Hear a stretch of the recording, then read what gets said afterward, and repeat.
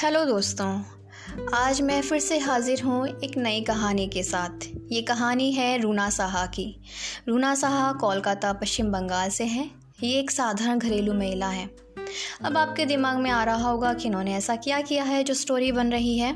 ये हैं केबीसी के नए सीज़न की प्रतियोगी जिन्हें हॉट सीट पर आने का मौका मिला। अब एक सवाल और आपके दिमाग में आ रहा होगा कि हॉट सीट पर तो बहुत से लोग आते हैं, इसमें क्या खास है। हम सब जानते हैं कि केबीसी में ज़्यादातर एक वीक में आने वाले प्रतियोगियों में से लास्ट वाले प्रतियोगी को हॉट सीट पर आने का मौका नहीं मिलता है।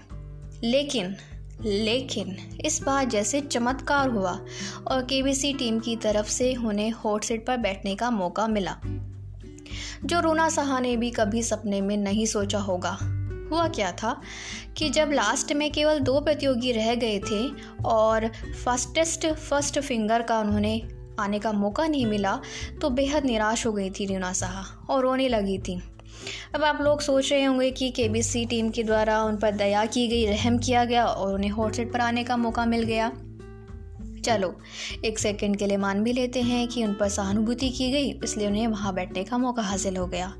पर दोस्तों, उन्होंने इस मौके का भरपूर फ़ायदा उठाया और अपनी सभी चारों लाइफलाइन का सूझबूझ से उपयोग करते हुए केबीसी में 25 लाख तक का सफ़र तय किया गया। अब हॉट सीट पर बैठने वाले ऐसे बहुत से लोग हैं जिन्हें 25 लाख रुपए जीते हैं। यहाँ क्या खास था? यहाँ मैंने कुछ खास चीज़ें नोटिस की जिन्हें मैं आप सबके साथ शेयर करना चाहूँगी। रूना साहा एक भारतीय महिला, एक साधारण घरेलू महिला जिनकी शादी बहुत कम उम्र में ही हो गई थी।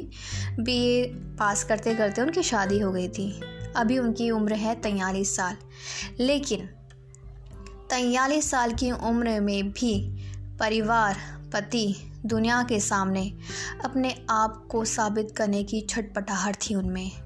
कुछ कर गुजरने की तमन्ना थी उनमें।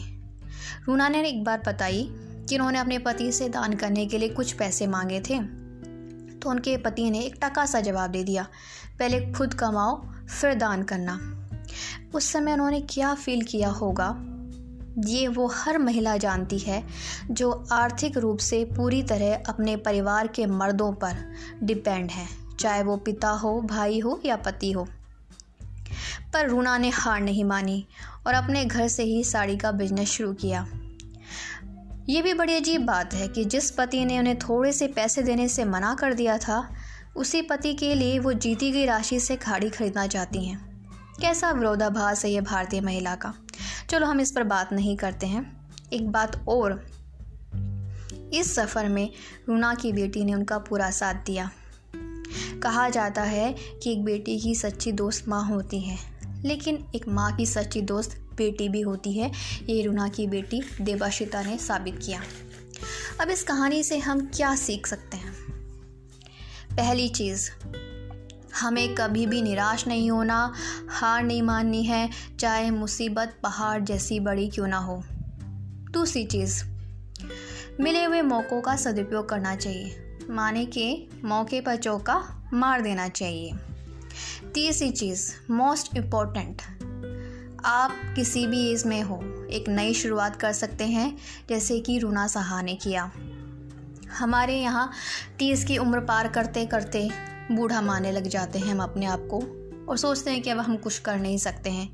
हमारे समाज में हमें कमेंट किए जाते हैं कि तू तो बूढ़ा या बूढ़ी हो गई है, अब क्या कर सकते हैं। लेकिन जो इंसान मन में ठान लेता है उसके लिए उम्र कभी बाधा नहीं बनती है। और लास्ट में, लोग आप पर बहुत कमेंट करेंगे कि भाई अब तू कुछ कर नहीं सकता है, लेकिन आपको अपनी सफलता से उनका मुंह बंद करना है। केबीसी की एक लाइन है, सेटबैक का जवाब कमबैक से दीजिए, और रूना साहा ने यही साबित किया। उन्होंने सेटबैक का जवाब कमबैक से दिया। अमिताभ बच्चन की एक लाइन बहुत अच्छी लगती है, कुछ भी हो जाए वापस आना पड़ता है, वापस आना पड़ता है। मैं भी वापस आऊँगी एक नई कहानी के साथ। मुझे इसी तरीके से सपोर्ट करिए। Thank you.